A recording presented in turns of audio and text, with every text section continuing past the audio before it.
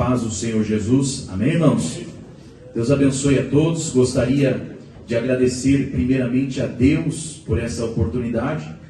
Gostaria de pedir a vocês que abrissem as vossas Bíblias em João, Evangelho, segundo escreveu João, capítulo 6 e verso 53. Enquanto os irmãos procuram, eu gostaria de agradecer a Deus por essa oportunidade, agradecer a diretoria deliberativa executiva da Igreja Deus e Amor e agradecer a coordenação e ao nosso professor docente da matéria, professor Marcos Neres. Deus abençoe a todos. Diz assim a palavra do Senhor, João 6:53.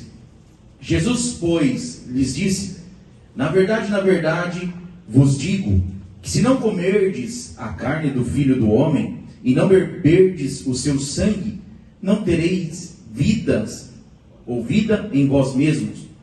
Quem come a minha carne e bebe o meu sangue, tem a vida eterna, e eu o ressuscitarei no último dia. Porque a minha carne verdadeiramente é comida, e o meu sangue verdadeiramente é bebida. Quem come a minha carne e bebe o meu sangue, permanece em mim, e eu nele. Como o Pai que vive me enviou, e eu vivo pelo Pai, assim quem de mim se alimenta, também viverá por mim. Este é o pão que desceu do céu. Não é o caso de vossos pais que comeram o maná e morreram. Quem comer deste pão, viverá para sempre. Queridos, permita-me contextualizar esta passagem a qual acabamos de ler. Jesus aqui, ele está trazendo aspectos do reino que ele veio trazer. Ou seja, ele está saindo agora e ele está no meio da multidão pregando a sua palavra. Quando de repente ele faz a primeira multiplicação. E quando ele faz a primeira multiplicação do pão e do peixe, como conhecemos, vamos perceber que a multidão atônita, a multidão começa a seguir Jesus. Por quê? Quando olhamos para o contexto e vemos a Bíblia, o decorrer do Antigo Testamento, percebemos que sempre Deus levantava um homem para libertar Israel. Como libertar Israel? Politicamente, geograficamente, sempre o povo estava sendo liberto por Deus. Neste momento ao qual estamos falando, existia um silêncio entre o Antigo e o Novo Testamento. Todos conhecemos e vamos perceber que a multidão precisava, procurava um Salvador. O contexto aqui não diz sobre Santa Ceia. Jesus não está referindo ao pão físico. Jesus não está referindo-se ao pão, aleluias, simplesmente literal. Ele está se referindo àquilo que ele veio trazer. E o que ele veio trazer é espiritual e eterno. Quando olhamos para a palavra do Senhor, vemos que ele multiplica os pães. A cada milagre que Jesus fazia, as pessoas chegavam mais próximo dele. A cada milagre, Jesus levantava o paralítico, 10 se convertiam. Jesus curava o cego, 50 se convertiam. Jesus fazia mais um milagre, todos se convertiam. E Jesus, vendo isso, que a multidão esperava alguém que libertasse-os geograficamente, economicamente, politicamente. Eles começam agora a ter falsas expectativas em Jesus.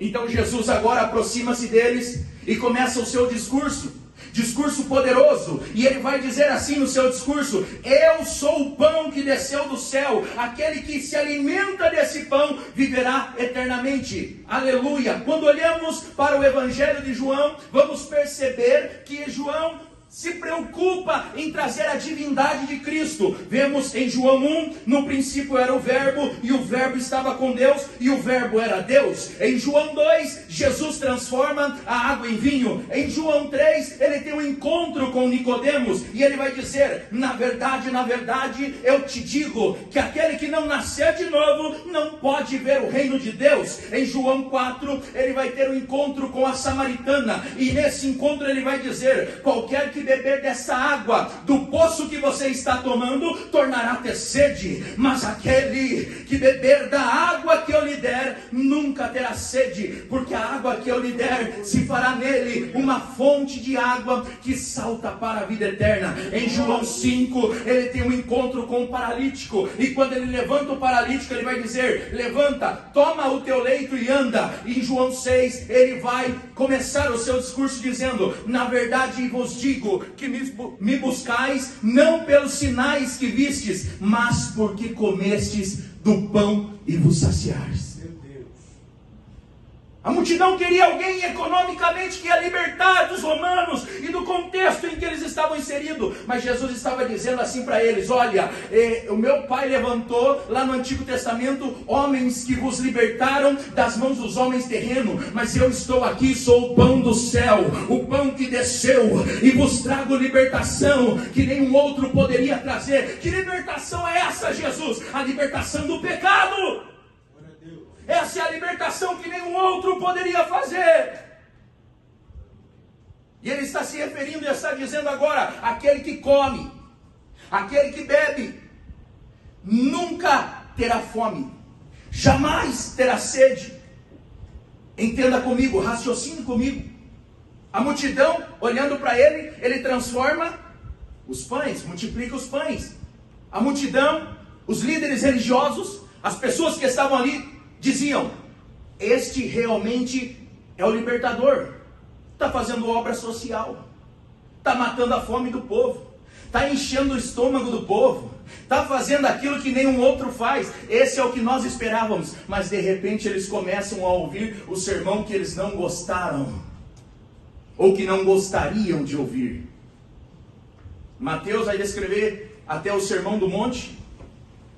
E de repente, nesse mesmo contexto, quando Jesus começa a pregar o Sermão do Monte, que não é revelado aqui no Evangelho de João, mas no Evangelho de Mateus, nós vamos ver que Jesus começa a destrinchar o Sermão do Monte. Aí aqueles que estavam ali esperando apenas algo momentâneo começam a ir embora.